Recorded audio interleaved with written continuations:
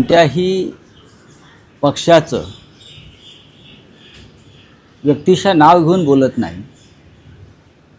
माझं इतकंच म्हणणं आहे की सध्या जी लोकशाहीची, संविधानाची आणि एकंदरीत देशातल्या सर्व संस्थांची अवस्था पाहता गेल्या 12 वर्षातली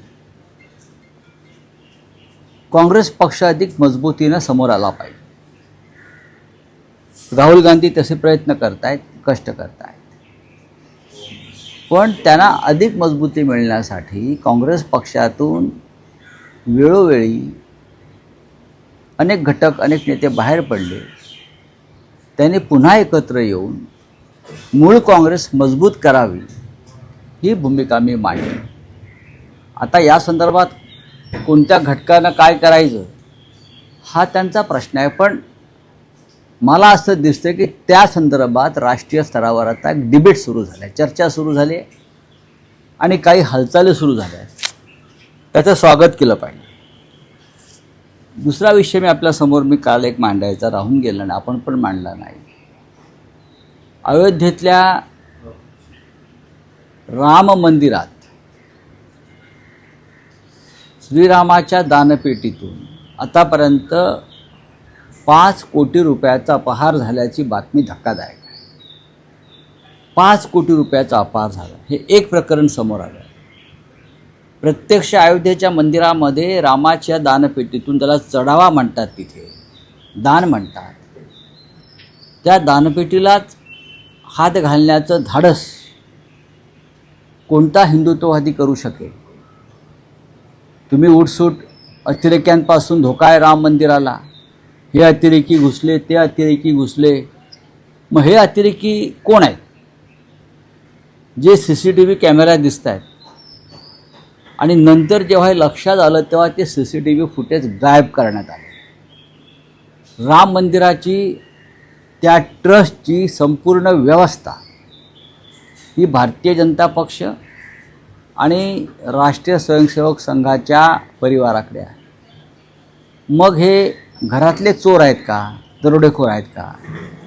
याच्याविषयी अद्याप नरेंद्र मोदी, ज्यांना 12 वर्ष झाली प्रधानमंत्री पदाला आणि ज्यांनी एक मोठा सोहळा केला आणि मला वाटतं 8-10 दिवस मंदिरात बसून व्रत आणि तप केलं, त्या मंदिरामध्ये प्रभू श्रीरामाचे 5 कोटी रुपये चोरणारे कोण आहेत? हे 100% भारतीय जनता पक्षाचेच लोक आहेत. हे कळल्यापासून आम्ही अस्वस्थ आहोत. शिवसेना पक्षप्रमुख उद्धव ठाकरे अस्वस्थ आहेत.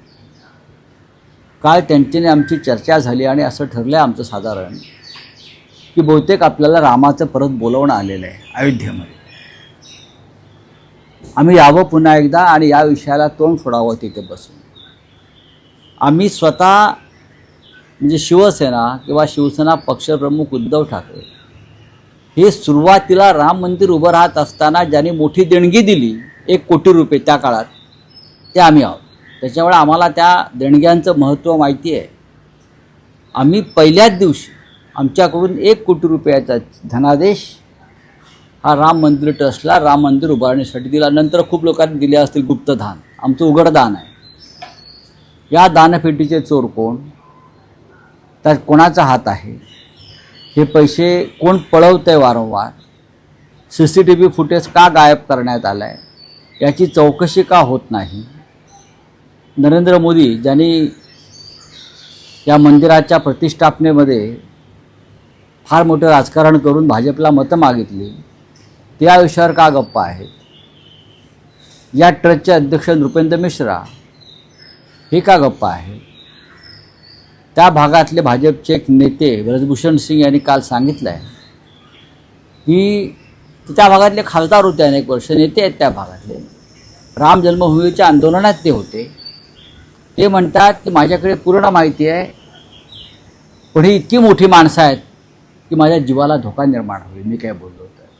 म्हणजे असं काय आहे की राम मंदिर लुटण्याच्या या प्रक्रियेमध्ये कोट्यावधीचे नक्की कोण सहभागी आहे, ज्याची ब्रजभूषण शरण सिंग यांच्यासारख्या बाहुबलीलाही भीती वाटते?